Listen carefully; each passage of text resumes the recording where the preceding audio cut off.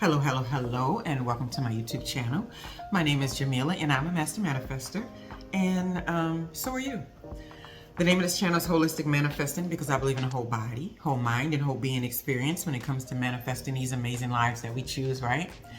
So what I'm discussing today, and this one is going to be quick, it's a little snippet, just a thing that I wrote down the other day, and I wanted to just make sure I shared it with everyone. How old stories keep us at the same frequency of the problem. So when you're on YouTube or you're in all these places where people are sharing information about their lives and like how to change and develop and grow and expand and be the best version of yourself and stuff, you wind up coming across a lot of videos where people are talking about stories, but if you follow someone for an extended period of time, you may see where they harp on old stories, right? There's a few creators that I'm subscribed to that I really enjoy their content, but I notice whenever topics come to certain things, they're back to the same story over and over again. And what I noticed about old stories is that when they are talking about it or when we're sharing it, this is not just me, it's also them, anybody, right? We relive the emotion to our own detriment, right? So I was in a meeting the other day and people were talking about whether or not they believed in the law of attraction. So this was kind of like an environment where this kind of stuff is not talked about very much. So I can tell it was kind of like new information for most of the people I was talking to. But what I said is like, we don't have to believe in these, what they were calling it magic, right? I was like, we don't have to believe. You can honestly say, well, magic, I don't believe that, that's just so stupid. I don't believe in things. If I can't see it, then it's not real. That's the kind of attitude that was there. But what I told them was that I may not believe in specifically these non-tangible things, which I do, but I was just trying to, meet everybody where they were. But I do believe in cortisol. And I do believe when cortisol levels are raised, that it does create a negative impact on our body. It creates a negative impact on our mind.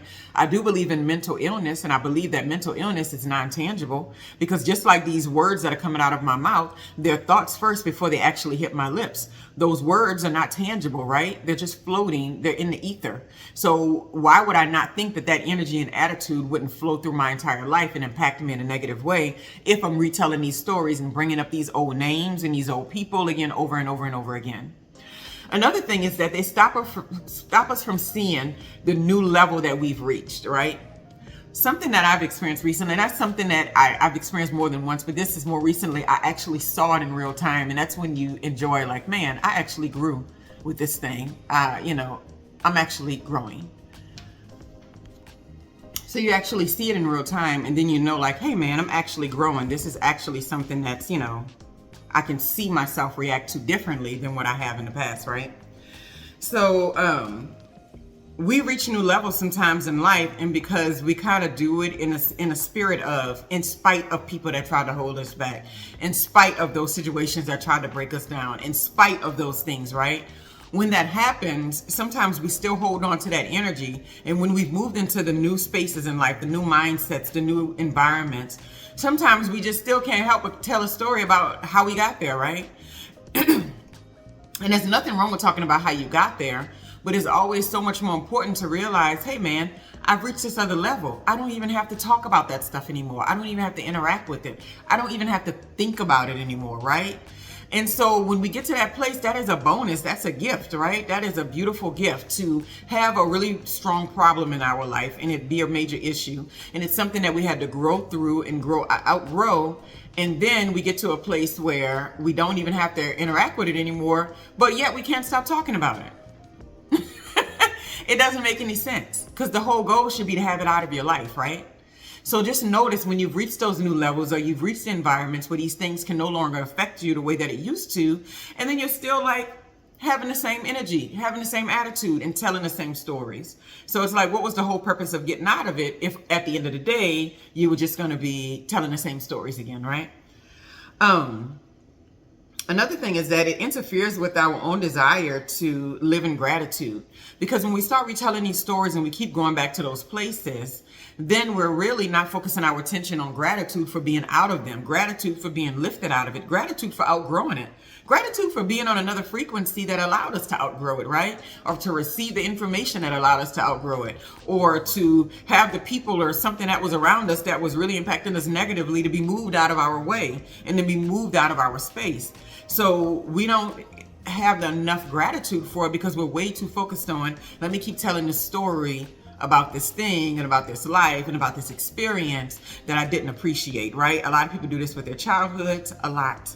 And it's like, you got to come up off of it. It doesn't matter who was right, who was wrong. At the end of the day, not your fault, but your problem. So you have to learn how to solve it. And when we move out of these spaces, it doesn't do us any good to go back on the frequency of the problem again and start sharing it with people like as if we haven't grown. We can't even we can't even pat ourselves on the back if we're too busy looking backwards at what didn't work out and how we didn't like how it happened, right?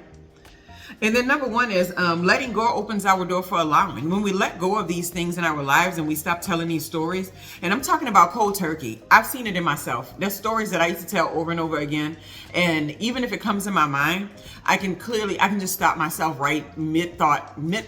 And I can just go another way because I know it doesn't serve me. And I know that it's just bringing up these old stories. And then this person or these people or this place gets to relive. They get to have the luxury. I'll say that. They get to have the luxury of experiencing my energy in this current version of myself, right? Because I'm dragging them back from 15, 20 years ago back into my current life and talking about it with someone who I just met maybe a year ago, maybe 6 months ago. So this person has no access to this part of my life and these people in this version of it. Yet here I am bringing that raggedy version of my life and what happened into my current narrative. How is that beneficial to me in any kind of way? It is not. It is not at all, right? And to be honest with you, most people don't even want to hear it, if I'm being honest, because they've already heard the stories. How many people have that happen? Well, you have parents or whatever, they don't remember that they told you a story 100 times and you listen each time, right? I always tell my daughters, tell me when I told the story. And sometimes they say it. And then sometimes people want the story to be retold because they thought it was funny and they want to hear it again. But when it comes to these deep, dark, negative moments in our lives, I can almost guarantee you, nobody wants to hear that story from you again. Maybe a therapist to try to help you work through it. But nobody actually really needs it, right? And even when I find myself doing these videos and coming on here to share stories, because this is like therapy for me. I do it because I like to do it, right? I can't even think like, oh, I'm trying to get to a certain subscribership. I'm trying to, really not. Yeah, it's fun, but I really just like sharing this information. And it's like, I sit there and do that. What good would I be if every single time I got on here, I was trying to tell a story of what didn't work out when I was married, or what didn't work out when I was 15 years old, when I was in high school, or what didn't work out when I was 10 years old growing up in my household. It's like nobody wants to hear that because you're just snapping back to that low level frequency. And then I can't even give out the best version of me because I'm still looking back too much going, but remember when they did this? It doesn't even matter. Because if you like everything about who you are today, and that says a lot because a lot of people can't say that they do. If you love everything about who you are today, you love yourself, you love your environment, you love who you are, you love what you've become. You know you're not perfect, but you love it. Then you have to accept those things that happened in the past as a necessary evil for your development. And it just is what it is, right? Anyway, I hope you all have a wonderful, wonderful, wonderful day. And stop telling those stories because even you don't want to hear them anymore.